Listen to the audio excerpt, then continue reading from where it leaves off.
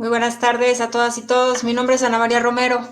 Bienvenidos a un programa más de Ratones de Biblioteca, un espacio para dar a conocer las investigaciones que se realizan tanto en la Biblioteca como en la Biblioteca Nacionales de México. Hoy nuestra charla tendrá como escenario la arquitectura que estaba presente en México y concretamente en la ciudad en la segunda década del siglo XX. Para hablar de este tema hemos invitado a María de Lourdes Hernández, quien impartirá la charla Periódicos viejos para nuevas historias, una revisión de la sección de arquitectura del periódico Excelsior 1922-1932. Bienvenida, doctora Hernández. Enseguida le doy la palabra. Y pues gracias al público que nos acompaña. Los invitamos a quedarse con nosotros hasta el final, interactúen, háganos preguntas, comentarios y déjenlo en la parte del chat. Ya saben, ustedes está abajo. Y bueno, al final de la charla nuestra invitada va a dar respuesta a sus inquietudes. Sin más, vamos a comenzar, pero me gustaría presentar a nuestra invitada. María de Lourdes Díaz Hernández es licenciada en Arquitectura con maestría y doctorado en Historia del Arte por la Universidad Nacional Autónoma de México. Desde hace más de 25 años es investigadora del Centro de Investigaciones en Arquitectura, Urbanismo y Paisaje de la Facultad de Arquitectura, donde actualmente es coordinadora. Sus investigaciones se ubican en la historia de la arquitectura de los siglos XIX y XX, con líneas en las revistas y secciones especializadas en arquitectura y urbanismo, como fuentes para la historia y los promotores como agentes activos de la construcción de los espacios habitables. Ha escrito varios artículos y capítulos de libros en estas vertientes, así como el libro de su autoría, Alberto J. Pani, un promotor de la arquitectura en México, publicado por la Facultad de Arquitectura. Pertenece al padrón de tutores del programa de posgrado en Arquitectura y de Historia del Arte, y por su trayectoria en investigación recibió el reconocimiento Juan O'Gorman del Colegio de Arquitectos de la Ciudad de México en el año 2022. Actualmente trabaja en dos investigaciones, una dirigida al estudio de la arquitectura de la Ciudad de México en la fase armada de la Revolución, 1910-1920, y otra sobre las imprentas de la capital en el siglo XIX. Bienvenida, doctora Hernández, y adelante. Muchas gracias por aceptar la invitación.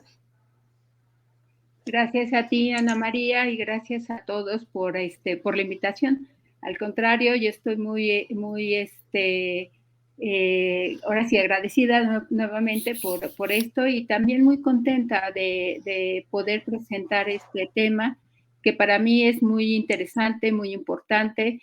Y justo cuando escuché que estaba en la transmisión de Ratón, en esta serie llamada Ratones de Biblioteca, no dudé para nada en presentar este tema porque gracias a él, pues es que me convertí en una asidua ratón de biblioteca.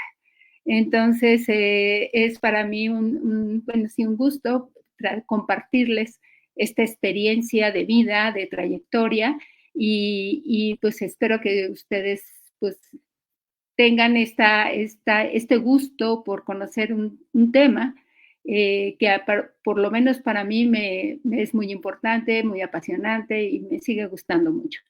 Entonces, para esto me voy a apoyar en unas diapositivas y bueno, voy a comenzar con esta charla.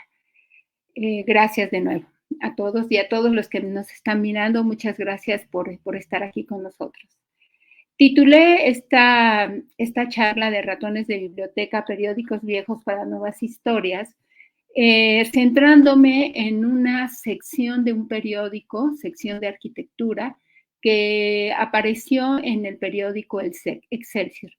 Pero me gusta empezar desde el principio para que ustedes conozcan cómo es que llegué a esta sección de arquitectura y por qué la considero tan importante en nuestra vida, para nuestros conocimientos. Ahora sí que todo empezó porque cuando inicié mi trabajo como investigadora, me dediqué al estudio de la historia de la arquitectura del siglo XX.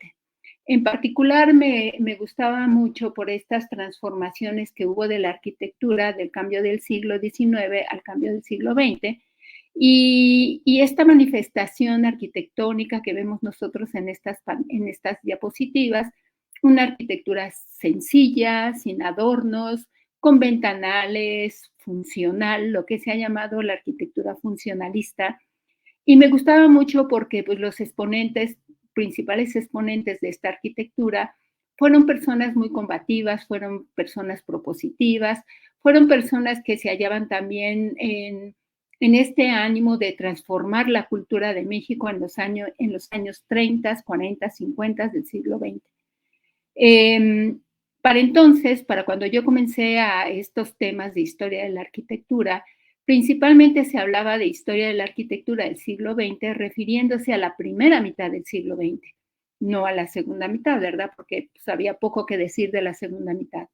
Por eso es que me entusiasmó este tema del siglo XX y por eso es que me empecé a compenetrar en este tipo de manifestaciones estéticas y sobre todo para comprender el estilo arquitectónico llamado funcionalismo, que era el estilo o la manera de pensar arquitectura y de componer arquitectura en los años 30, digamos, 30, 40, 50 de nuestro siglo. Sin embargo, pues ya se había iniciado pues la historiografía de la arquitectura del siglo XX.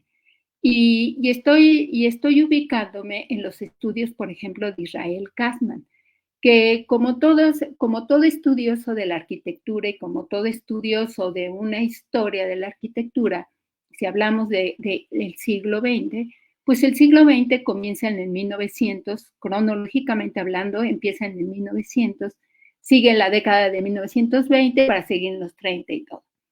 Generalmente la arquitectura de los años 20 y de la década de los 20, es una arquitectura que se había calificado como de transición o se había calificado también como de poca trascendencia para lo que iba a ocurrir después con el funcionalismo o con la arquitectura moderna del siglo XX. En particular, se veía mucho que esta arquitectura que se dio en los años 20 todavía utilizaba el recurso de los estilos basado en los estilos basados en épocas pasadas, como por ejemplo el neocolonial o por ejemplo el eclecticismo. Y esto estaba muy asociado con la cultura porfiriana y por eso de alguna manera parecía que no había cambiado nada en los años de la década de los 20. De tal manera que, por ejemplo, Israel Katzman, en su célebre libro Arquitectura Contemporánea Mexicana, pues nos dice que en 1922 a 23 la voluntad de emplear formas tradicionales madura lo suficiente para lanzarse abiertamente a la construcción de obras neocoloniales, haciendo énfasis en que las obras neocoloniales o con este carácter neocolonial pues acentuaban el nacionalismo tan de boga en la cultura de los años 20. Esto era, digamos, parte de lo bueno que había dejado los años 20 en cuestión de arquitectura a consideración de Katzman y de algunos otros contemporáneos como él que estaban haciendo las primeras revisiones de los años de la primera mitad del siglo XX. Resulta que uno de los primeros uno de los principales fundadores del movimiento moderno o de la arquitectura moderna mexicana era José Villagrán García. No sé si ustedes, bueno, supongo que a lo mejor no tienen mucha información de quién era José Villagrán García, pero para nosotros que estudiamos la historia de la arquitectura, pues José Villagrán García por muchos años se consideró como el padre de la arquitectura moderna en México o al menos uno de los iniciadores. Y cuando estábamos haciendo este recuento, y digo estábamos porque era un equipo de trabajo el que empezó a indagar sobre estas bases del funcionalismo o de los primeros arquitectos del movimiento moderno, pues empezamos a buscar sus primeras obras, aunque no fueran de carácter funcionalista, ¿verdad? Y resulta que las primeras obras de José Villagrán García pues estaban publicadas en la sección de arquitectura del periódico Excelsior.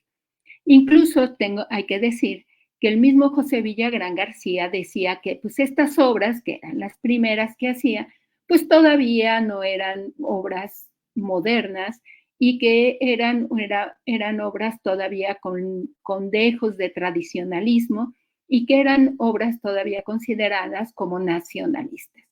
En este sentido, pues también el mismo Villagrán consideraba estas primeras obras como parte de una transición o parte de algo, de un dejo que había todavía de la cultura porfiriana.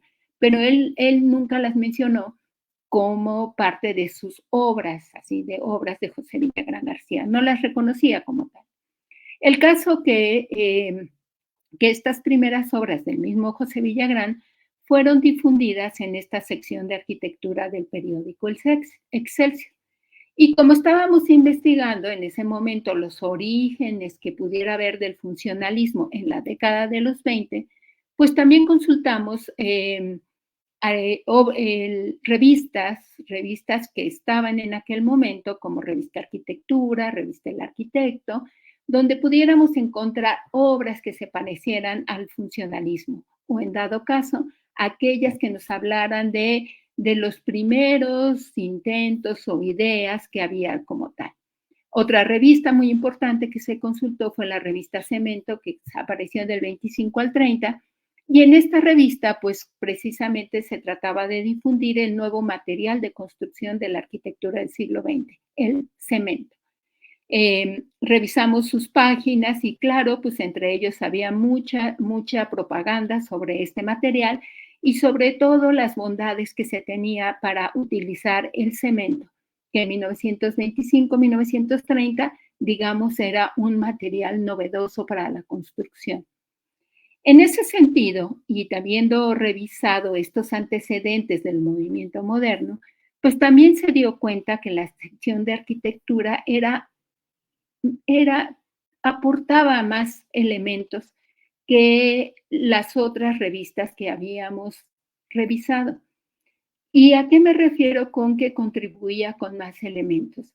Era una sección que traía varias subsecciones y traía, digamos, discursos más críticos, más actualizados, una problemática más y abordaba problemáticas y temas más amplios sobre la profesión de arquitecto, de cómo se hacen las obras y lo que incumbe para los profesionistas. Es por esto y además por la periodicidad que tuvo que nos enfocamos, y les digo, no es un trabajo no nada más fue personal, sino fue un trabajo que lideró en ese momento el doctor Ramón Vargas Salguero. Por eso fue que nos abocamos a hacer un estudio más sistematizado de la sección de arquitectura, por ver la variedad de los temas, por ver la variedad del discurso y por ver también que había una cronología y una periodicidad mucho más amplia que las otras revistas. El estudio sistematizado consistió en que se hicieron 2 índices de esta sección, uno de tipo cronológico, donde expusimos semana por semana los artículos que habían aparecido, el nombre de los artículos, el número de página donde aparece, y fuimos identificando semanas por semana qué artículos habían aparecido. En esta revisión, que empezó, como les digo, en los años que más bien abarcó de 1922 a 1932, pues vimos precisamente y surgieron las secciones que eran constantes en esta sección de arquitectura. O sea, que la sección de arquitectura estaba dividida en subsecciones. Y estas subsecciones nos dieron pie para hacer otro índice, un índice de tipo temático, donde vimos la variedad de temas temas constantes que fueron apareciendo en estos años de la sección de arquitectura. Así fue que encontramos unos 12 subtemas que fueron constantes en la sección. Unos porque nos preocupaban y era nuestra intención saber qué se dijo sobre los aspectos de teoría y sobre aspectos de estética, así como el nacionalismo y la enseñanza de la arquitectura. Pero también vimos que el tema del urbanismo y la vivienda era uno de los temas más constantes de la sección, así como también el nuevo material que es el concreto y el acero en las construcciones. La ingeniería sanitaria fue algo que nos saltó a la vista en cuanto a un tema de preocupación, así como los proyectos y obras en proceso de construcción. Los modelos de arquitectura fueron muy importantes para darlos a conocer, así como también los apuntes históricos y la práctica profesional propiamente. Las notas biográficas también aparecieron muy constantemente y fue así que nosotros dedujimos estos 12 temas. En total fueron 2.467 artículos los revisados y los 2.467 artículos que fueron sintetizados en resumen para poder precisamente ver cuál era la constante temática conceptual de esta sección de arquitectura. Esto nos llevó, por supuesto, un buen tiempo y esto fue lo que me convirtió en un ratón de biblioteca, porque al momento de ir reseñando, haciendo una síntesis de algunos artículos, pues entonces fue que me di cuenta, ya como investigadora, que la visión que daba la sección de arquitectura era una visión muy diferente a aquella que se estaba reproduciendo a nivel historiográfico. No porque aquellos que hacían la historia de arquitectura en ese momento fueran unos ignorantes o fueran unos personas con unas visiones cortas, no, sino porque precisamente no tenían a la mano, considero, este material y este material daba otra visión de la arquitectura, incluso de la arquitectura neocolonial, que a veces se estimaba o se creía que era parte del nacionalismo de la arquitectura, parte del nacionalismo cultural que se estaba impulsando en ese momento. Fue así que entonces les voy a dar algunos datos generales de la sección, lo que nos arrojó toda esta revisión. Invariablemente cada semana se publicó en todos los domingos en la tercera sección del periódico Excelsior, entre algo que se llama sección de radio y reseñas cinematográficas. Entonces, en medio de estas dos subsecciones del Excelsior apareció la sección de arquitectura. El primero inicia con este recorrido el 19 de enero de 1922 y termina la última página de la sección el 26 de abril de 1931. Son 483 semanas consecutivas de publicación. A lo largo de este tiempo, que son 9 años, tuvo diferentes titulares con los que se publicaba, con los que se aparecía. Construcciones y terrenos fue el primer titular, o página de construcciones y terrenos. Después la sección se llamó sección de arquitectura, terrenos y jardines, patrocinada por la Sociedad de Arquitectos Mexicanos. Para poco después ser la página de arquitectura, a cargo también de la misma Sociedad de Arquitectos Mexicanos, y terminar como sección de arquitectura nada más. Así lo vamos a ver en el transcurso de todo de estos 9 años. Sus principales arquitectos que participaron en esta sección fue Nicolás Mariscal, Federico Mariscal, Carlos J. Sejol, Luis R. Ruiz, Carlos Contreras, Guillermo Zárraga, Alfonso Payares, Juan Galindo y Pimentel, Bernardo Calderón, Ignacio Helguera, Carlos F. Ansel y 138 participantes más, arquitectos la mayoría. ¿Por qué no registramos los 138 participantes más? Pues porque no cuantitativamente fueron participaciones esporádicas de un artículo, de 2 artículos, pero estos profesionistas que están enlistados fueron los que tuvieron más de 10 artículos a lo largo de la sección. Por eso son los que les dieron más cuerpo a la sección. Lo que empezó a mostrar con esta identificación de temas y esta identificación de participantes arquitectos fue que las generaciones que habíamos considerado que terminaban en el Porfiriato y empezaban una nueva generación de arquitectos en los años 20, en la época de la posrevolución, entonces nos dimos cuenta que no era cierto, porque tanto Nicolás Mariscal, Federico, Carlos Contreras, bueno, Guillermo Zárraga, Juan Galindo, Bernardo Calderón, etcétera, habían iniciado sus estudios precisamente en el Porfiriato, llegando a titularse precisamente en la época de la Revolución, en la época de la fase armada de la Revolución, y ejerciendo su práctica profesional en los años 20. Es decir, los arquitectos del Porfiriato o los que fueron educados en el Porfiriato fueron los que nutrieron esta sección de arquitectura en los años 20. No fue una generación interrumpida como generalmente o usualmente pensamos que en el Porfiriato fueron por así, los arquitectos decimonónicos, y después en la década de los 20, en la época de la posrevolución, fueron otra generación de arquitectos, ¿no? Esta generación de arquitectos era la que se había educado en el Porfiriato y empezó a ejercer su profesión en los años 20.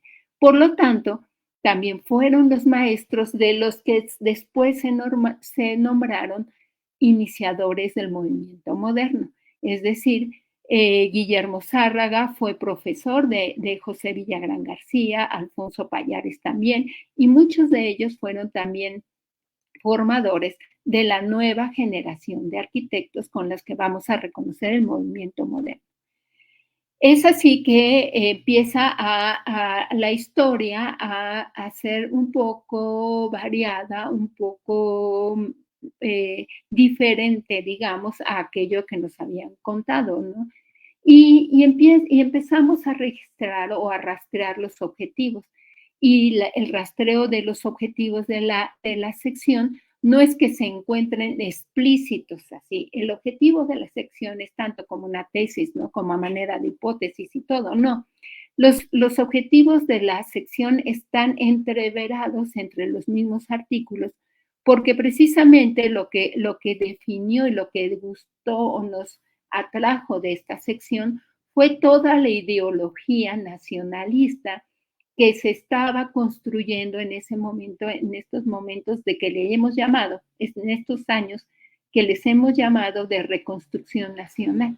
Y una parte de la reconstrucción nacional fue precisamente la ideología revolucionaria y la reconstrucción nacional material, en este sentido, de la arquitectura.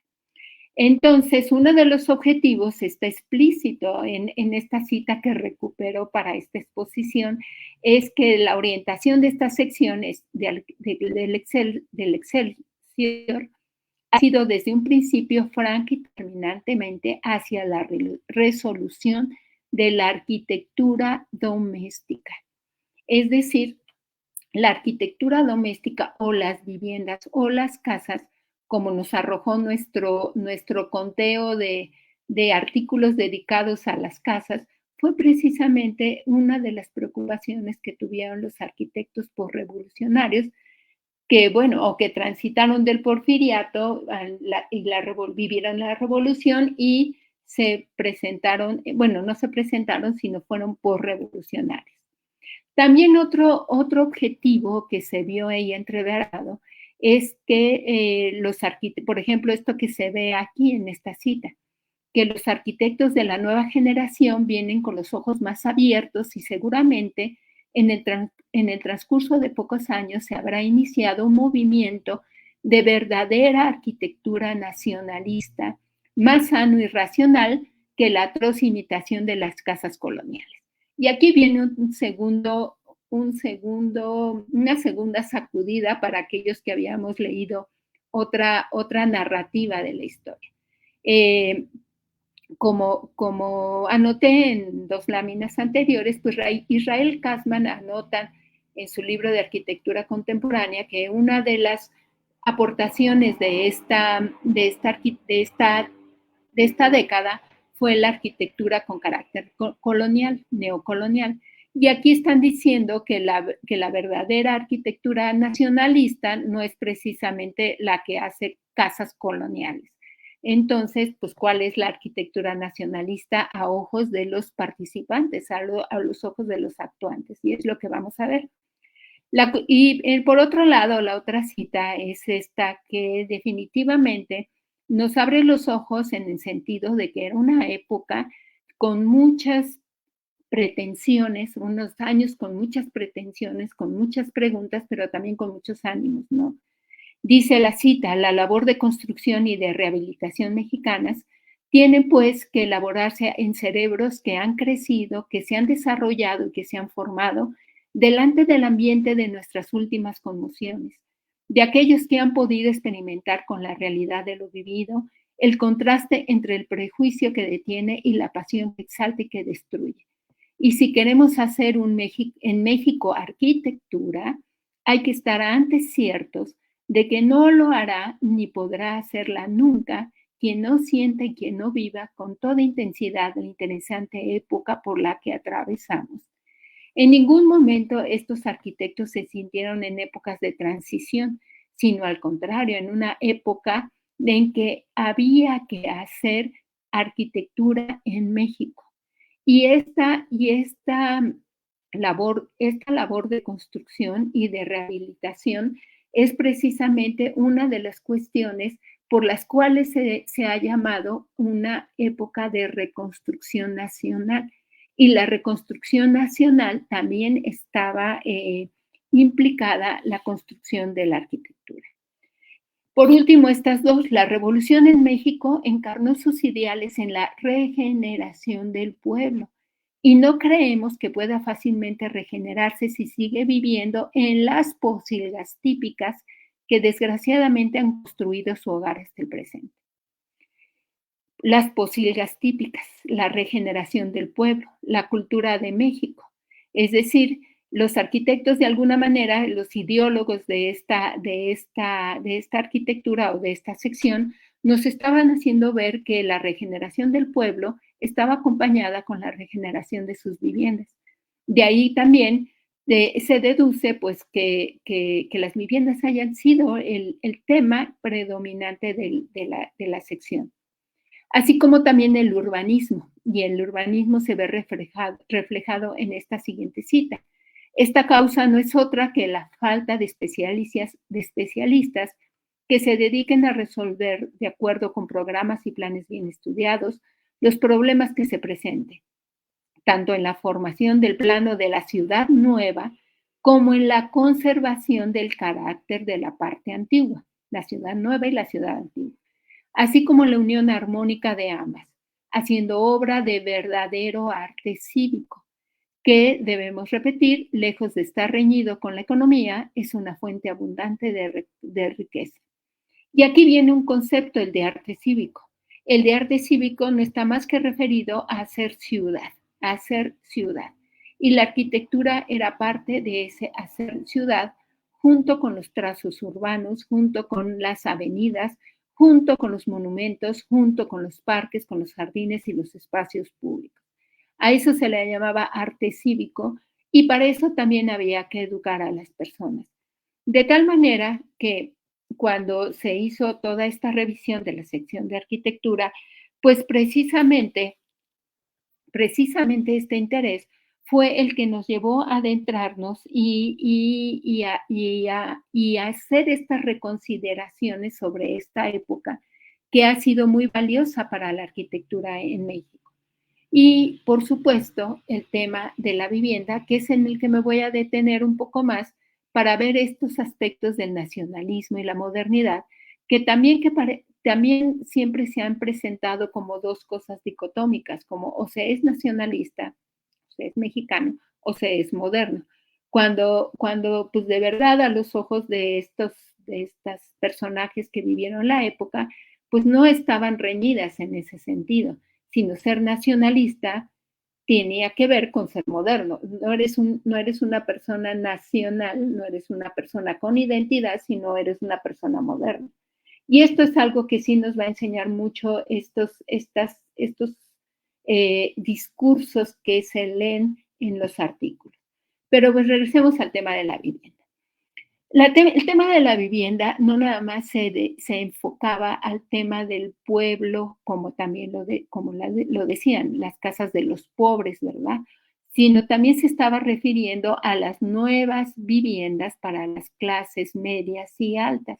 Y en general creo que toda la sección está más dedicada a hacer conciencia sobre el progreso de México para hacer de los sectores sociales que no hubiera tanta diferencia entre pobres y ricos, sino contribuir a la construcción de una clase media que pudiera disfrutar todos los beneficios de comodidad en las casas que se estaban construyendo.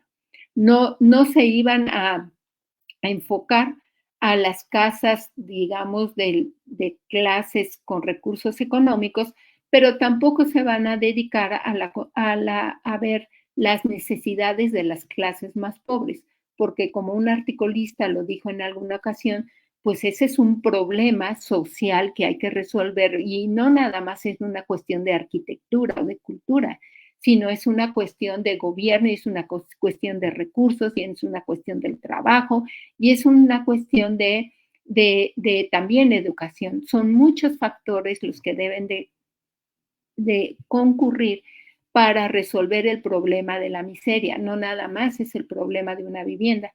Por eso, o la vivienda no va a resolver el problema de la miseria. Por eso había que pensar los problemas de una manera más integral.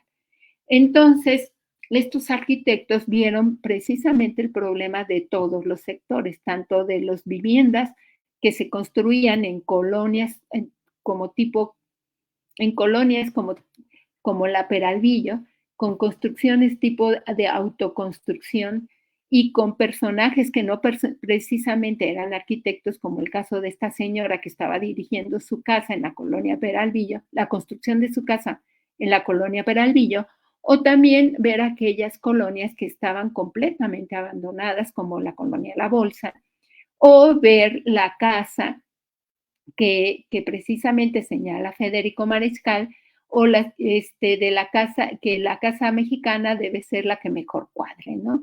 Que no había una receta para hacer una casa nacional o una casa mexicana.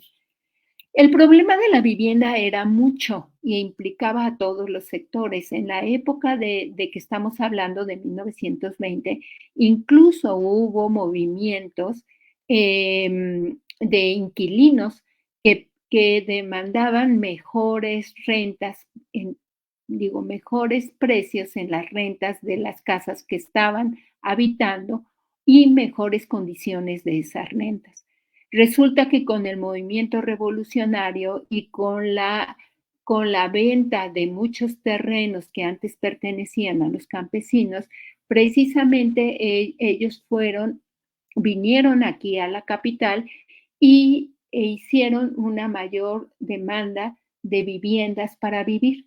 Pero resulta que la mayoría de las personas rentaban las casas. No se tenía la cultura aún de adquirir una casa, sino todas las casas se rentaban. Entonces los propietarios de las casas o de los cuartos de las casas aumentaron de tal manera las rentas que los inquilinos ya no podían pagarlas o tenían que pagar a precios muy altos lo que se ofrecía para viviendas. Es así, bueno, no es nada más por esto, sino también precisamente que era uno de los principales problemas que aquejaba a la sociedad en la capital, que los arquitectos empezaron a idear la mejor casa que pudiera construirse con los recursos de una familia de clase media. Y estas casas fueron una propuesta habitacional, fueron una propuesta de investigación, se podría decir, de investigación en el diseño de las casas para que pudieran tener las mejores condiciones de higiene y con la mejor economía posible. El concepto de higiene y el concepto de economía fueron vitales para la solución de los diseños arquitectónicos de estas casas. Estas casas que ustedes ven aquí, aparecidas como casas modernas, ¿sí? Mexicanas, precisamente contenía estos aspectos de la higiene y de la economía. Entendida la higiene, no solamente la limpieza, sino las mejores condiciones de las viviendas en cuanto a orientación y en cuanto a iluminación y ventilación que se puedan tener adentro de la habitación, adentro de la casa, para tener las condiciones de higiene para que no haya estas enfermedades dentro de las casas. Y la economía se refería no a construir las casas baratas, sino al mejor aprovechamiento de los recursos económicos y de los recursos del terreno y de los materiales para la construcción de estas casas.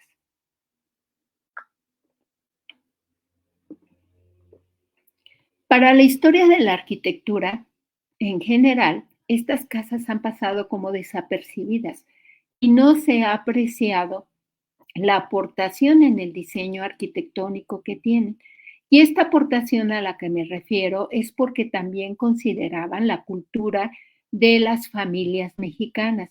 ¿En qué sentido? En el sentido de que debían de tener las habitaciones necesarias para, para un cuarto de niños, para un cuarto de niñas, las condiciones también de terrenos disponibles para, pensando en una familia de obreros, que tuviera alrededor un jardín para que en las tardes o en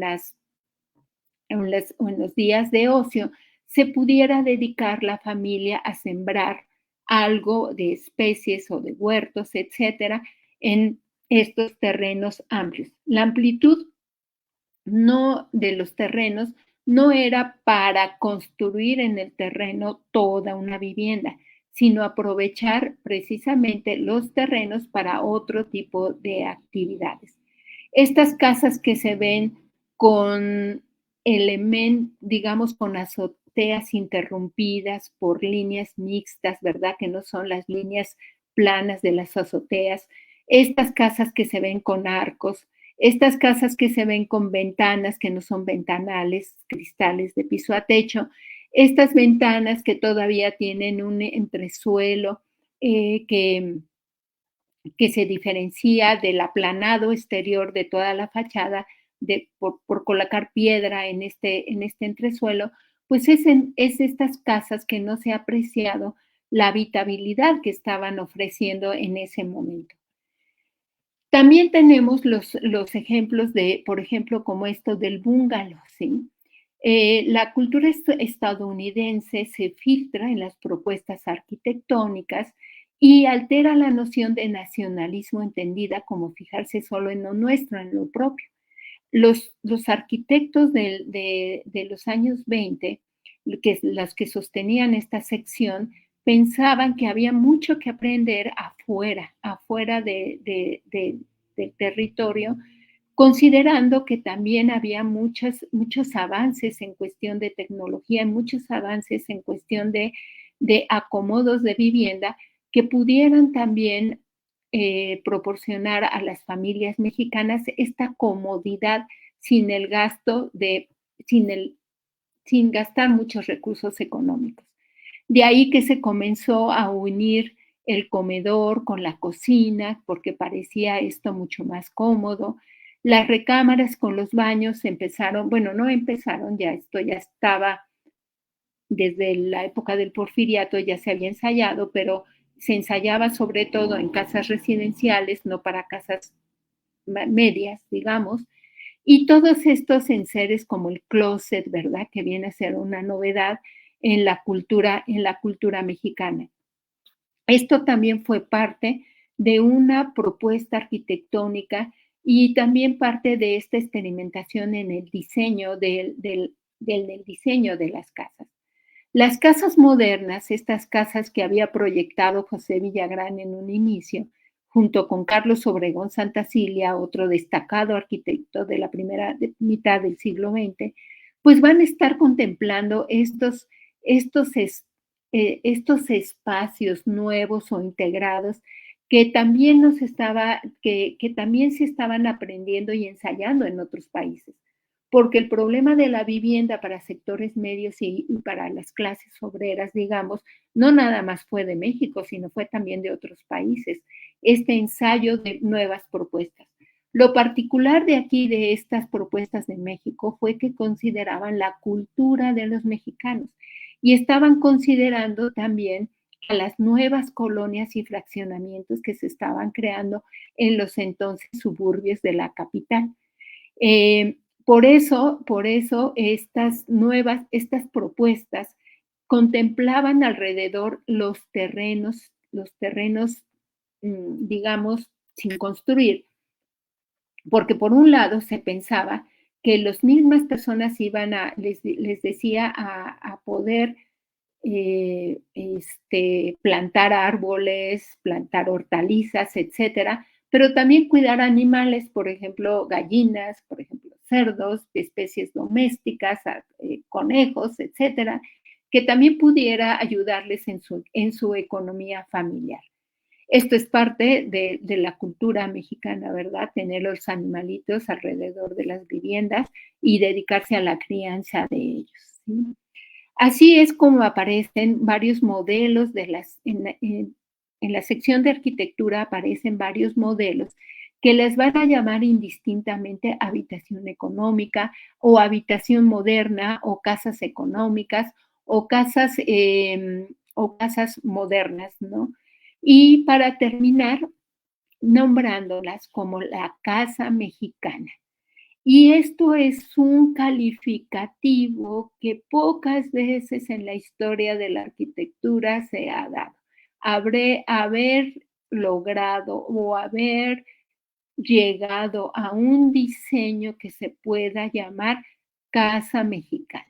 Y la casa mexicana estaba dispuesta en un nivel, estaba dispuesta también, vean ustedes, no al ras del terreno, sino 2 escalones arriba del terreno, esto para evitar las inundaciones o que el agua se meta adentro de la vivienda e inunde todo el interior. La casa mexicana estaba conformada por una cocina, por un comedor, por una sala, 2 recámaras y la cocina y el baño afuera ya casi en el patio, ¿sí?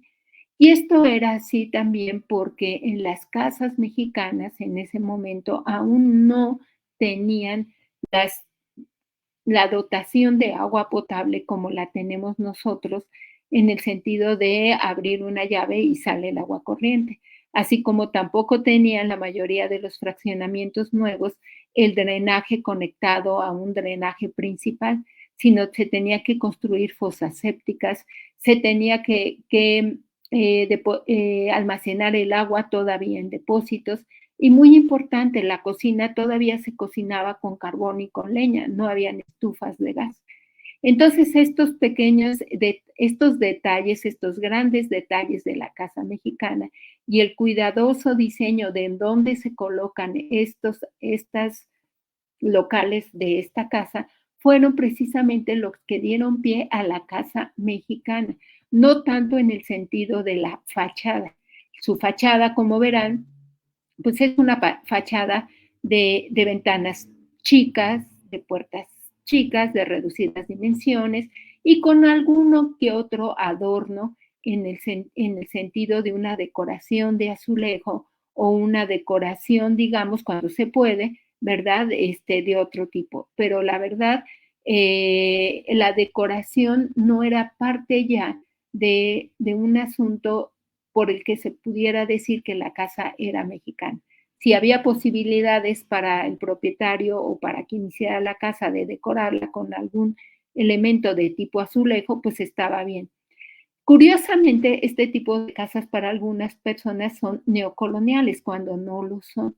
Es decir, y le han dicho neocoloniales porque pues emplean el azulejo, cuando el azulejo era solamente un elemento distintivo y además un elemento de decoración que, que motivaba que se comprara el azulejo mexicano y así propiciar la industria mexicana, o es decir, no propiciar, sino alimentar esta industria mexicana, la industria de la construcción.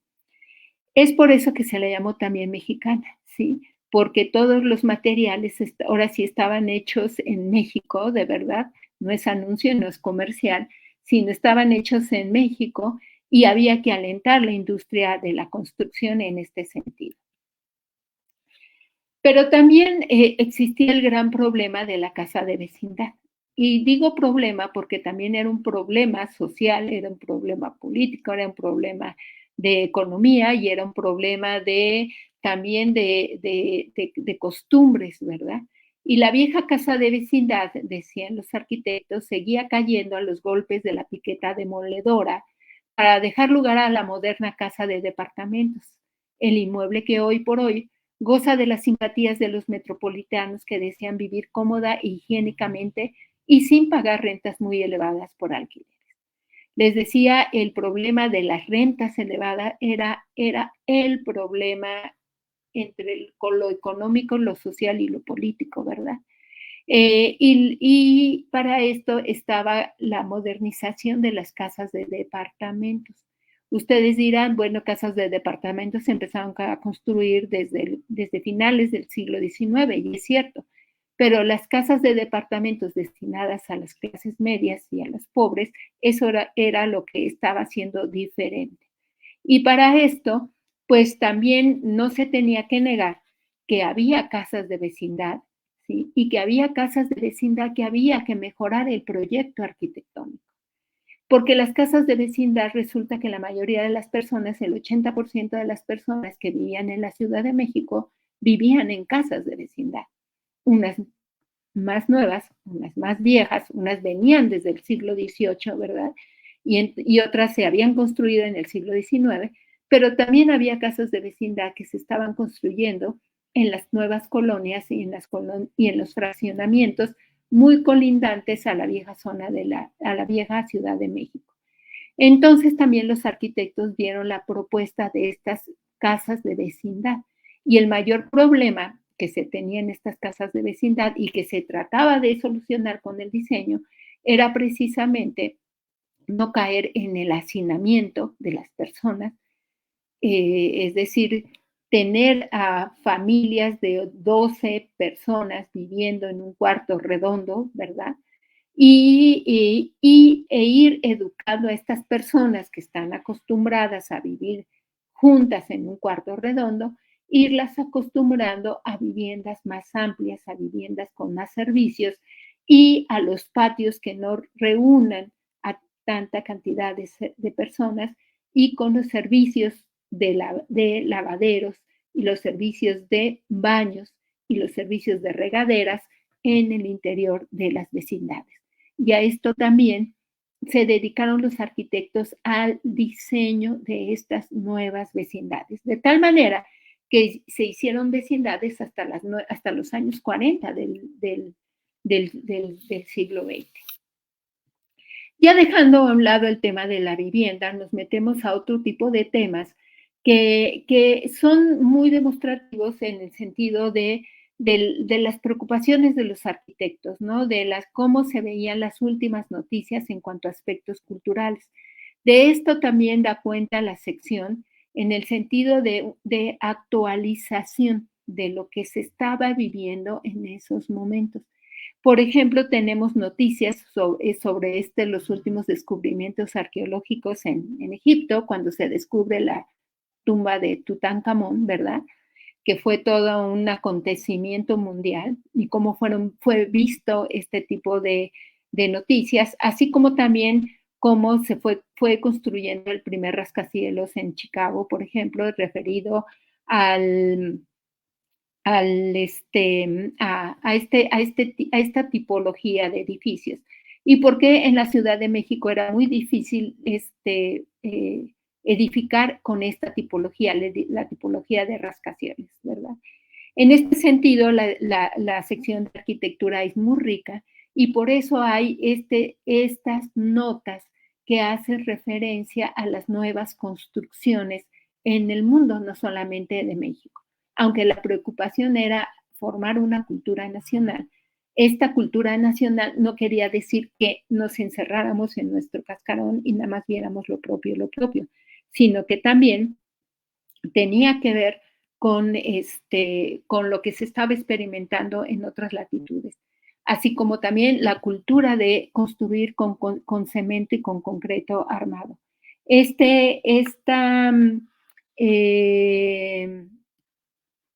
Pues esto que nosotros lo vemos tan usual y para nosotros construir con concreto armado, pues nadie sabía en la Ciudad de México, muy pocos o solamente los profesionistas sabían construir con concreto armado.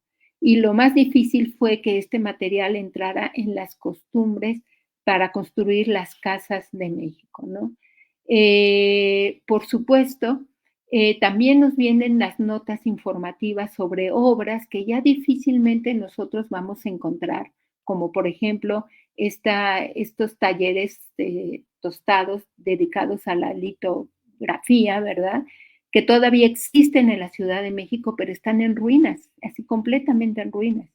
Y al leer las notas periodísticas sobre la importancia que tuvo este tipo de edificio y ver la propuesta arquitectónica que hubo adentro de él, pues entonces uno puede valorar incluso más estas edificaciones que están en ruinas y entonces hacer ver que esta conservación de edificios también tiene que ver con una cultura, con un hacer cultura arquitectónica en un momento dado. Por ejemplo, también nosotros podemos ver este hito arquitectónico que nos ha pasado como una de las primeras obras modernas de la arquitectura mexicana. Vemos también cómo fue referido en esta sección de arquitectura. Y vemos también que los conceptos que se refieren a la habitabilidad, pues van en relación a la modernidad y van en relación a las nuevas instalaciones que se estaban construyendo. Por último, ya como último, para terminar, pues dejo estas palabras del arquitecto Juan Galindo, que alguna vez fue responsable de esta sección. Dice, en fin, al parecer en las columnas de Excelsior, nos proponemos entregar todas nuestras energías y todos nuestros esfuerzos para hacer algo por el arte y especialmente por la arquitectura nacional. Y con estas palabras dejo esta presentación, pues para seguir comentando de otra manera. Agradecemos a la doctora María de Lourdes Díaz Hernández esta rica charla. De verdad ha sido un panorama muy, muy completo por la sección de arquitectura del periódico Excelsior, que pues uno se preguntaría qué tiene que ver la arquitectura con la prensa y tiene todo que ver, ¿no? Como ella, por eso me interesaba que viniera, porque creo que no habíamos tenido una charla relacionada con la arquitectura y justamente esta recuperación que haces, Lulú, sobre una sección tan importante que me llama mucho la atención el tiempo que dura muchísimo, ¿no? Porque además es un periódico que relativamente nuevo, o sea, el Excelsior es del 17 y esta sección, digamos, unos 10 años después, pero dura 7 años, dijiste. No, 9. 9 años. 9 años, apareciendo dominicalmente. Precisamente ese fue uno de los puntos que nos atrajo mucho, o bueno, y después a mí yo ya me enganché en la sección de arquitectura y fue precisamente estos discursos y esta constancia que a mi parecer hicieron una cultura arquitectónica y una cultura arquitectónica que se perdió. Y que se perdió incluso para los que vivieron esa época, incluso para mismo Villagrán, que pues es considerado un personaje, todo un personaje en la arquitectura mexicana, él mismo como desestimó esta época, ¿sí? Cuando fue tan rica de propuestas. Y fue uno de los años en que de veras investigó diseñar arquitectura. El diseño de cuál es la mejor casa, por ejemplo. Ahorita yo dediqué mucho de la casa, pero también están los edificios de oficinas, ¿verdad? Los edificios dedicados al deporte, al frontón, a las plazas de toros y todo esto, ¿no? A los parques. Sí, se me hace muy, muy buen ejemplo de cómo la investigación puede relacionarse con otras disciplinas y a partir de ahí, pues sacar investigaciones muy, muy novedosas como esta de épocas que pues están prácticamente olvidadas quizá por los momentos históricos tan convulsos que se vivieron, ¿no? Y bueno, estar atrapadas entre esta arquitectura del porfiriato por un lado y después lo que viene que es el Art Deco, entonces es muy interesante. Me llama la atención también esta sección que mencionas, porque originalmente el periódico Excelsior pues ha sido considerado como un periódico conservador, pero esta sección comentabas que era muy novedosa y aparte muy crítica. Sí, entonces, y mira, y también era muy práctica porque lo que trataban de hacer los arquitectos era mostrar las mejores soluciones arquitectónicas para sectores mucho más amplios a los que antes habían dedicado, porque los arquitectos pues habían trabajado pues para el gobierno, por ejemplo, en Porfirio Díaz, para los sectores, digamos, con mejores recursos, ¿verdad? Pero pocas veces habían trabajado para casas obreras y todo, pero cuando estaban instaladas en fábricas o estaban instaladas en propiedad de terrenos de haciendas, por ejemplo, y todo esto. Pero no como una visión ya social o política, incluso una postura política de ayudar a la reconstrucción.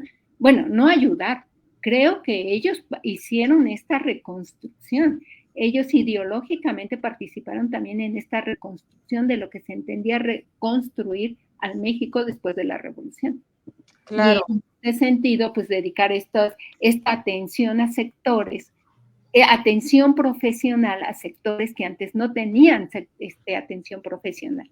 En este sentido, la sección de arquitectura no estaba dirigida únicamente a arquitectos, o sea, estaba no, al contrario, al público. Mira, había una subsección, les digo, lástima que, pues bueno, no se trata de ahondar, ¿verdad? En esta charla, es una charla, yo lo defino así, pero había una subsección que decía los costos en la construcción, es decir, ¿cuánto te debe de costar un metro cuadrado de colocación de tabique?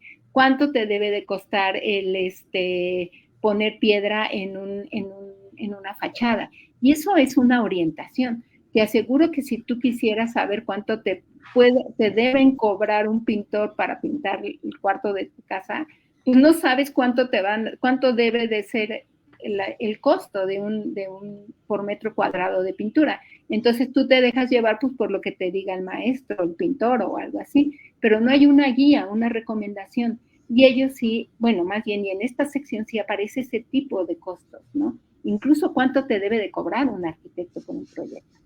Bueno, eso me parece de una utilidad tremenda, ¿eh? Porque una practicidad y de veras, y no estaba dedicado a arquitectos. Ah, bueno, esa de verdad sí creo que es un plus de esa misma sección, ¿no? Porque, digo, sí creo que el hecho de publicarla los domingos, cuando pues muchas de las secciones culturales se publicaban en domingo, que es cuando la familia mexicana, porque digamos que la semana laboral era hasta el sábado, ¿no? Entonces el domingo como que era el día en donde se destinaba pues a ciertas prácticas como leer el periódico, ir a misa, en el siglo XX. Al jardín, entonces es muy significativo que esta sección apareciera pues, los domingos.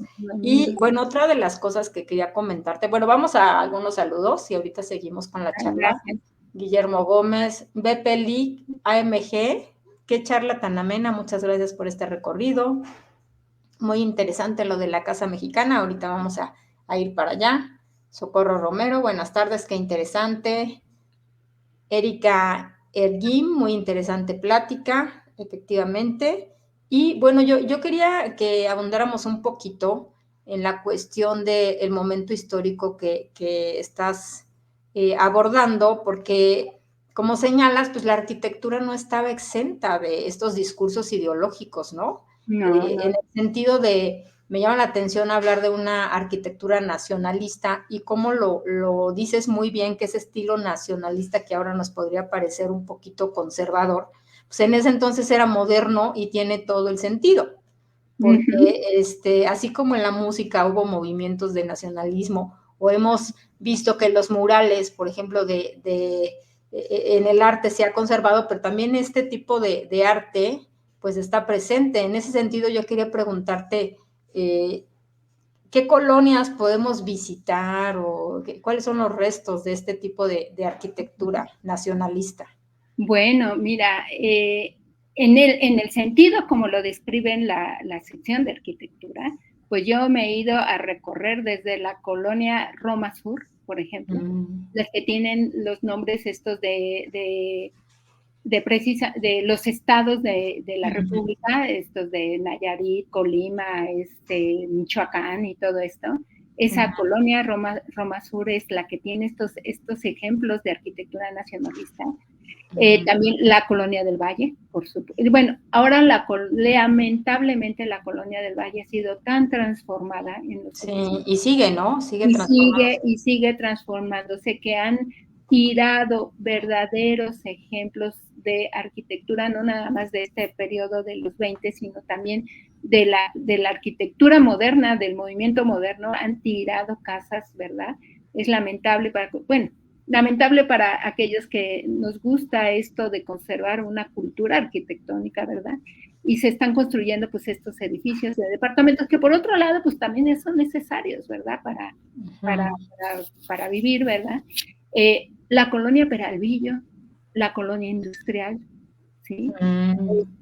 Algunos ejemplos en Santa María la Ribera están en la colonia, ¿a qué más? ¿A qué colonias? Porque las he recorrido, la Portales, la Hay Narvarte. mucho, hay Sí, sí, muchísimo. sí, sí, sí, la Ujú. Portales, la Narvarte, una colonia que se llamó Moderna, o que se llama la colonia Moderna, precisamente en Por este. el centro.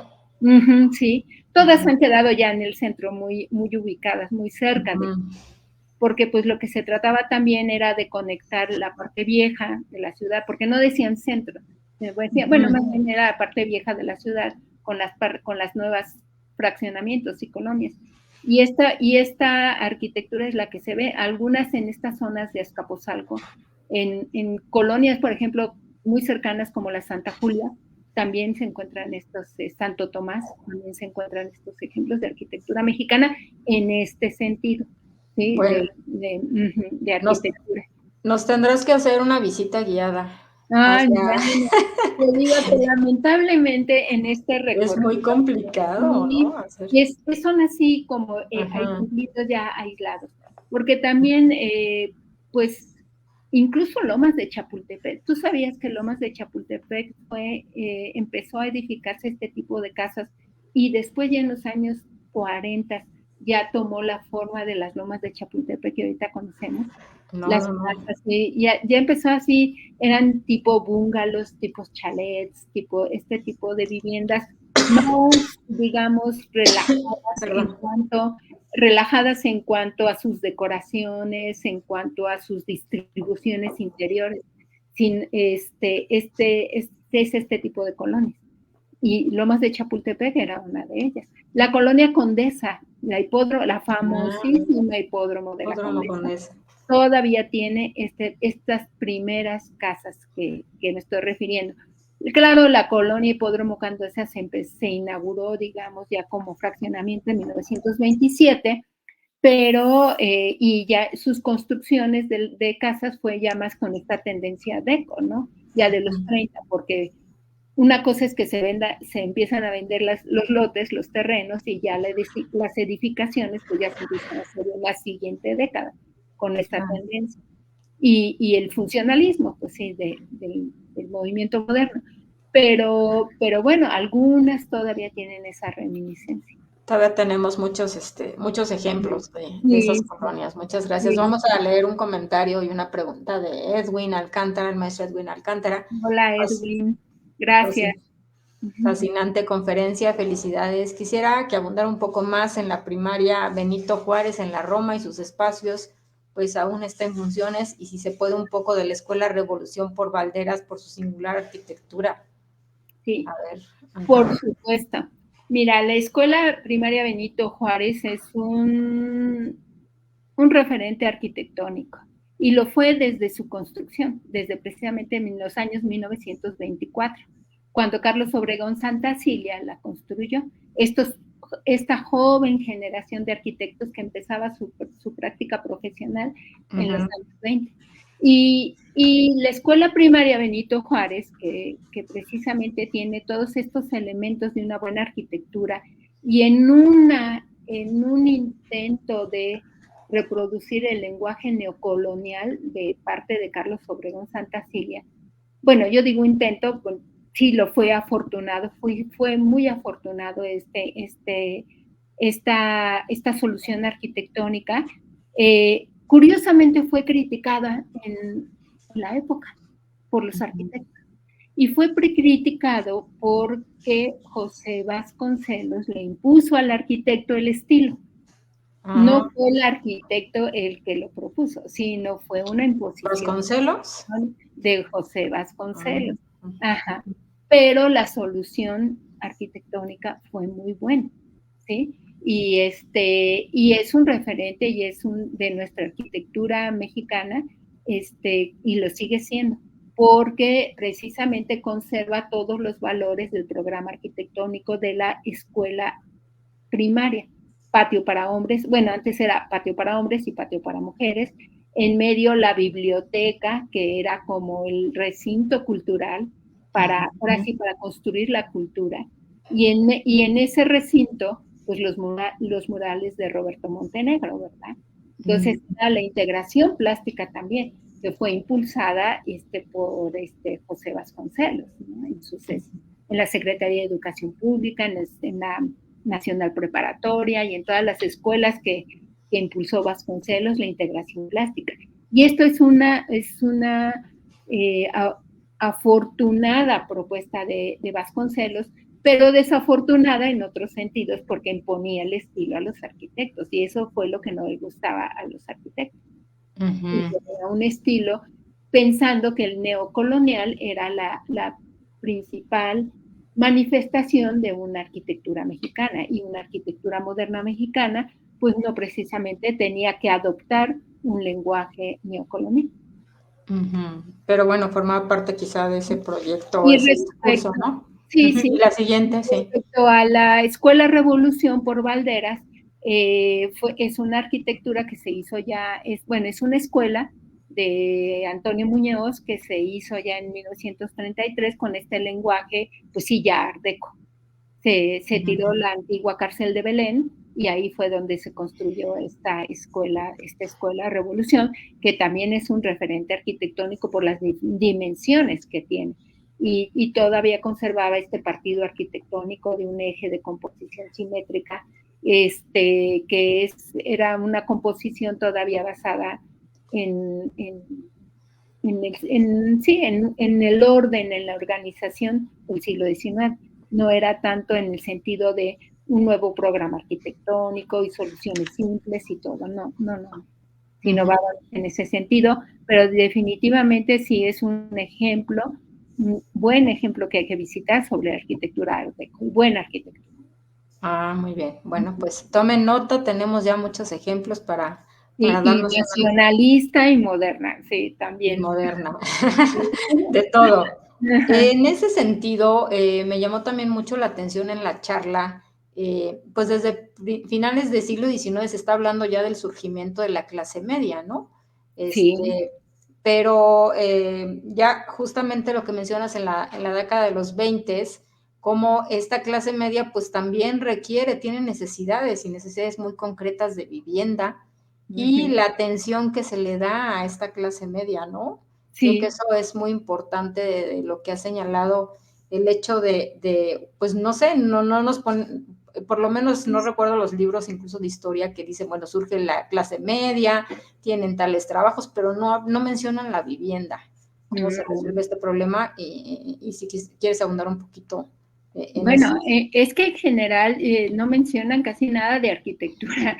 Es decir, cuando hablan del arte mexicano, pues sí, es reconocido el muralismo mexicano, no hay duda, la Escuela Mexicana de Pintura, así como la Escuela Mexicana de Escultura y el nacionalismo del cine mexicano, la época de oro del cine mexicano, pues es esta construcción, ¿no? De los valores nacionales y todo esto. Pero pareciera que la arquitectura no tiene ningún protagonismo ahí, ¿verdad?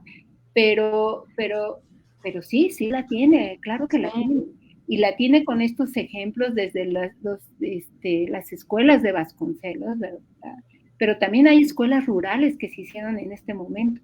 Y también el impulso de la vivienda mexicana, y eso es algo que no se ha mencionado tanto, en el sentido de que los cines, los primeros cines que se hicieron en ese momento, toda esta arquitectura pues tenía un referente, o todas estas actividades de la clase media pues tienen lugares donde se hacen, ¿no? Claro. Y eso es algo que como que pasa desapercibida, la arquitectura, como que no importa. Y yo creo que pues es una falta también de difusión de nosotros mismos, quienes investigamos y construimos, y los mismos arquitectos, ¿no? Que no hacemos esta presencia social o política, ¿no? También. Y bueno, ¿sí? no, yo creo que por eso es muy importante esta charla, pues el hacer hincapié en algo que no reparamos, o bueno, por lo menos hablo por mí, no reparar en este tipo de diseños y de la investigación que se hace de este diseño de clase media, de orientación, ventilación, cómo se va a circular, o sea, se me hace muy importante, ¿no? Y sobre todo lo que mencionabas, la idea de tener terrenos, sí, que yo creo que ahora estarían de moda, porque no. en las azoteas ahora se están haciendo huertos, entonces Sí. esta idea de los terrenos para tener hortalizas. Sí, fíjate que es muy importante esto, porque precisamente una de las colonias que se impulsaron en los años 20 fue la agrícola oriental. Y la ¿Por eso se llama agrícola así? oriental sí, precisamente tenía este sentido, de no abandonar las costumbres mexicanas, por un lado, porque pues la costumbre mexicana es tener al animalito, ¿verdad? A la gallinita, el conejito y todo esto. Pero estos animalitos se utilizaban también para después venderlos, ¿verdad? Para un aspecto de economía y también para consumo a veces de la misma familia. Y por eso precisamente se propiciaba esta idea de tener un terreno para que tú también lo ocupes en otro tipo de labores, en otro tipo de trabajos, en huertas, en esto que he dicho, ¿no?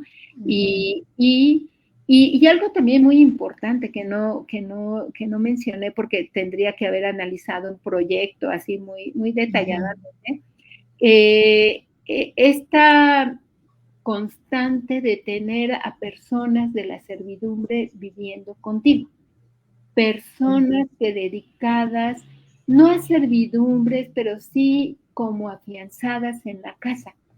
Y aún en clase media, en casas de clase media estaba el lugar para bueno, perdón la palabra, pero ahorita me da cosa decirla, para los criados, pero así estaba anotada, criados, ¿verdad? Pero en el sentido de que son personas que viven en la casa, que viven contigo. Y ese es otro aspecto de la cultura mexicana que siempre se conservó, incluso en los departamentos, en las viviendas unifamiliares y en las viviendas baratas y económicas y higiénicas. Y aún en las viviendas del agrícola oriental había una colonia de la prensa, que también estaba ahí los cuartos para los criados, para criadas, así, industriales. Para las personas del servicio, porque pues precisamente quizá por la parte tan complicada de utilizar todavía carbón, era pues labores un poquito pesadas, ¿no? No, pero también, no O nada esta más por costumbre. eso, sino es por la costumbre, Una una costumbre. costumbre de criar personas también dentro de tu casa que consideras parte de la familia. Y son personas que viven contigo a veces 20 años, 30 años, o cosas de esas. Y siempre hay esto del cuarto para ellos y también azotehuelas, siempre azotehuelas para colgar la ropa, para ventilar la ropa y todo. No, en nosotros, bueno, al menos en la década de los 20 y tal vez hasta los 40, pues tener lavadoras y tener refrigeradores y tener licuadoras, pues no era común para clases medias inclusive, ¿no? No era lo común, incluso la regadera. Hay muchos artículos muy interesantes que te dicen que una regadera es parte de una higiene personal, porque no se estaba acostumbrada a bañarse en regaderas, ¿verdad? Regadera. Y Sí, además no había abastecimiento de agua suficiente aquí en México. Siempre ha sido el problema. sí, pues es un proceso de transformación Sí. muy importante y además muy significativa que pocas veces reparamos en ella, ¿no? Porque Sí, pues, nacemos así con los servicios y creemos que siempre ha sido así. Incluso me llama la atención también el concreto, que por ejemplo este edificio de la Biblioteca Nacional y todo lo que es la zona cultural, pues está hecha de concreto. Esa es una de sus características, pero estamos hablando de los 70, pero tú nos hablas desde los 20, ¿no? Ajá. Además, fíjate que el concreto era un material que a muchos les parecía un material frío, ¿sí? Un material que no expresaba nada estéticamente, ¿verdad? Era un material que era difícilmente aceptado como algo que se pudiera ver sin un recubrimiento. Y precisamente en estos años empezaron a hacer las primeras obras públicas, como los mercados públicos de concreto, y en apariencia el concreto, ¿sí? Para también hacer ver que es un material que tiene su propia expresión. Claro, esto ya después ya va a ser común, ¿verdad? Ya en los años 30, 40, pues ya ver las losas de concreto, pues va a ser incluso ya moderno concreto, ¿verdad? Pero en los años 20, pues se empezaba a difundir como cultura arquitectónica el uso del concreto. Ya se usaba, por supuesto, desde el siglo XIX, pero no era visible, no con la visibilidad que se tenía en los años, que se empezó a promover en los años 20. Y precisamente las mismas industrias del cemento fueron las que promovieron estas cualidades del concreto. Y una de las cualidades fue la economía y la higiene, porque el concreto pues, no almacenaba bichos, ¿verdad? No almacenaba, claro. Era de fácil limpieza, y la economía, pues de que te iba a durar mucho más tiempo que una construcción de adobe. Sí, bueno, en la Biblioteca Nacional, pues sí le tenemos mucho cariño a este tipo de construcciones porque pues forma parte ya de nuestra identidad, ¿no? Entonces, pues Sí, ya lo ves y lo sientes tú ya y todo. Y bueno, y en medio del lugar donde están, pues en la piedra volcánica y esta naturaleza, pues da más esa sensación de piedra, de macizo y de todo. Sí. Y bueno, esta casa mexicana a la que te has referido, que dices que después adoptó elementos pues gringos, estadounidenses, está presente evidentemente en la ciudad, pero ¿tenemos ejemplos en otros estados? Sí, en el norte. Fíjate que en el norte, sobre todo los estados estos que colindan con fronterizos, ¿no? En Sonora, Chihuahua, Monterrey, Nuevo León, perdón, Tampico, sí se ve. La influencia de la cultura estadounidense es apabullante, y también en cuestión de materiales de construcción. Era más fácil en los estados del norte importar maderas, por ejemplo, de Estados Unidos y todo esto. Incluso los arquitectos, muchos arquitectos que trabajaban allá, pues eran de Estados Unidos, no eran de México. Entonces también tienen otra cultura que sí. En el transcurso de estos años que hemos estado estudiando arquitectura mexicana, no nada más hemos estudiado para la Ciudad de México, porque a veces incluso la misma visión historiográfica de México se irradia a otros estados, ¿no? Y entonces si no encuentras el Art Deco en Guanajuato, pues parece que no eres moderno, y no es cierto, ¿no? Entonces hemos tratado de que esas visiones centralistas se vayan, pues sí, dejando, ¿no? Porque no necesariamente lo que ocurre en el centro tiene que repercutir o parecerse a lo que se hace en Yucatán, por ejemplo, o en Tampico, ¿sí? Y al contrario, cuando vemos lo que sucedió en Tampico, pues Ciudad Tampico, en Tamaulipas, pues vemos que nada que ver con la Ciudad de México. En la Ciudad de México también estaban concentrados los arquitectos, porque nada más aquí se estudiaba arquitectura, ¿sí? Bueno, y en las escuelas de ingeniería que había en el país también se estudiaba arquitectura de alguna manera, pero la única escuela de arquitectura que había en el país era la escuela de aquí del país, de la Ciudad de México. Y entonces por eso los arquitectos pues se quedaban generalmente concentrados aquí. Y algunos regresaban a sus estados y ahí construían a la manera como se construía, como les habían enseñado. Pero también vemos que en otros estados pues llegaban arquitectos incluso de otras nacionalidades, ¿no? Italianos, franceses o alemanes que se quedaron en los puertos, por ejemplo, en Veracruz o en Tampico, o por ejemplo, los de Monterrey, pues que se iban a estudiar a Estados Unidos, a San Antonio y todo eso. Entonces llegaban con la cultura estadounidense y de la educación en arquitectura de Estados Unidos, y ahí eran donde esa manera de construir, pues la hacían en Monterrey o en aplicaban las técnicas. Sí, exactamente. Y al respecto, yo creo que por eso era tan importante esta sección de arquitectura, ¿no? Porque finalmente el Excelsior, al ser un periódico de circulación nacional, pues era leído en todos lados. Sí, ¿no? Sí, ahora sí que propagaba la cultura nacionalista, pero no en un sentido de que nada más vemos lo propio, ¿no? Sino la cultura nacionalista en el sentido de conocer lo propio y conocer lo extranjero, porque nunca se desestimó lo extranjero, al contrario, ¿no? Pues era parte de tu cultura, era parte incluso de esta cultura de actualización. Y se integraba, pero no como copia. Y eso es lo que se ha dicho que se hacía, que se copiaba lo extranjero. Llegó un momento en que sí hay unos ejemplos, pues sí, que sí eran copiados, ¿verdad? Incluso, de la misma arquitectura del movimiento moderno, que sí se ve claramente la copia.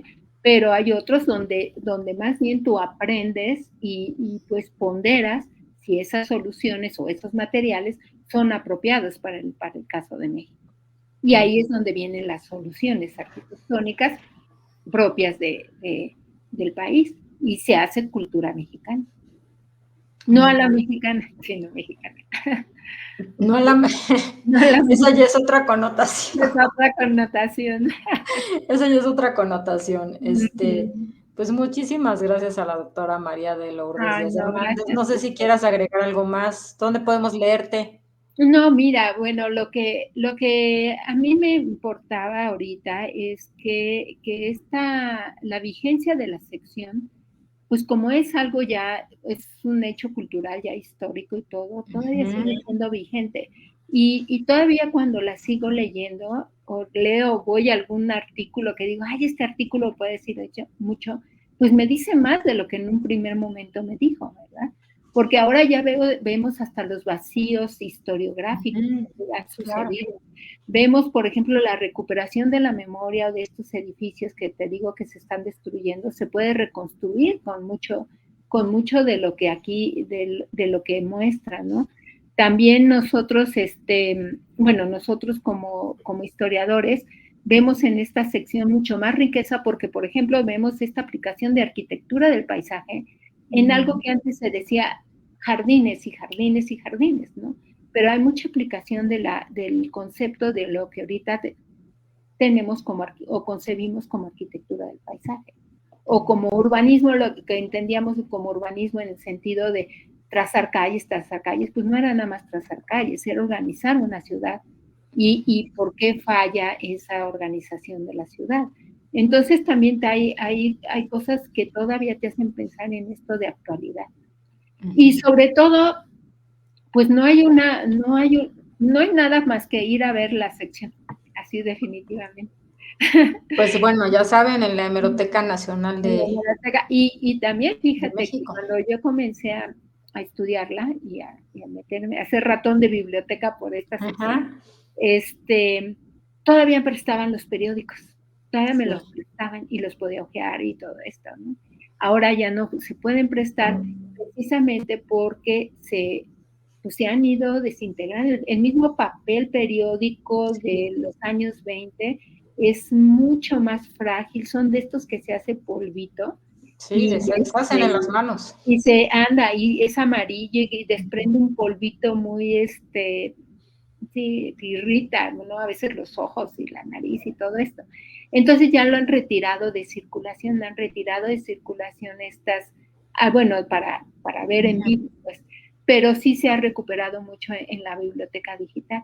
No, todavía no está a disposición así de la biblioteca digital pública, abierta al público, todavía tiene el candado, entonces hay que irla a consultar allá a la biblioteca. Sí, por la cuestión de los derechos de autor, que pues se liberan en 100 años, entonces había pláticas. Se están cumpliendo. Apenas se están cumpliendo, pero todavía faltan unos añitos más para liberar la sección. Se hicieron los 100 años de Excelsior precisamente en la biblioteca en el 2017. Sí. Y había pláticas con ellos, pues, porque ellos sí tienen digitalizado pues, todo su acervo, pero no es público. Entonces, creo que no fructificó mucho por la cuestión de estos derechos de autor y todo, pero esperemos que pronto esté a disposición. Y si no, de todas maneras, pues es una buena ocasión para que vengan y nos visiten en la Hemeroteca Nacional, que estamos en el Centro Cultural Universitario. Y Lulú, ¿dónde podemos leerte algunos artículos del libro de Pani? ¿Dónde lo conseguimos? Mira, en la Facultad de Arquitectura, sobre todo en la biblioteca, perdón, en la librería de la universidad, está también capítulos de vivienda que he escrito en relación a esta época de los años 20, en los anuarios precisamente de la UAM, Xochimilco, ¿no? También en este libro que hizo el Fondo de Cultura Económica de la historia de la arquitectura y el urbanismo mexicanos, que es del siglo XIX y del siglo XX. Ahí también está el capítulo de las viviendas que desarrollé y pues en varias revistas sí lo he publicado. Sí. Bueno, pues ya saben ustedes, ya tenemos algunos datos de dónde podemos encontrar trabajos de la doctora Lourdes Díaz, y pues muchísimas gracias a la doctora. A ti, Ana María, por haberme invitado, de verdad me gustó mucho esta participación. No, al contrario, nosotros estamos encantados y la verdad muy agradecidos por haber aceptado la invitación. Recuerden que la charla se queda grabada, compártanla con sus conocidos, con sus amigos, con su familia, con todos los que les pueda interesar. Es muy, muy ilustrativa. Y pues gracias por compartir las investigaciones y tus conocimientos sobre este tema de arquitectura.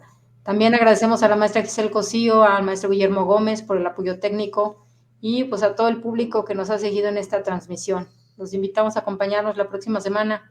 Una charla más de ratones de biblioteca. Recuerden, es fin de mes, entonces tendremos la presentación de un libro. En esta ocasión, pues va a tocar el turno al libro Constancia de la Fugacidad, Contribuciones al Periodismo de la Historia Cultural del Siglo XX, coordinado por la doctora María Andrea Jovine y Álvaro Ruiz Rodilla. Me despido, no sin antes hacerles una cordial invitación a consultar nuestro sitio de internet para que conozcan nuestra oferta académica y cultural.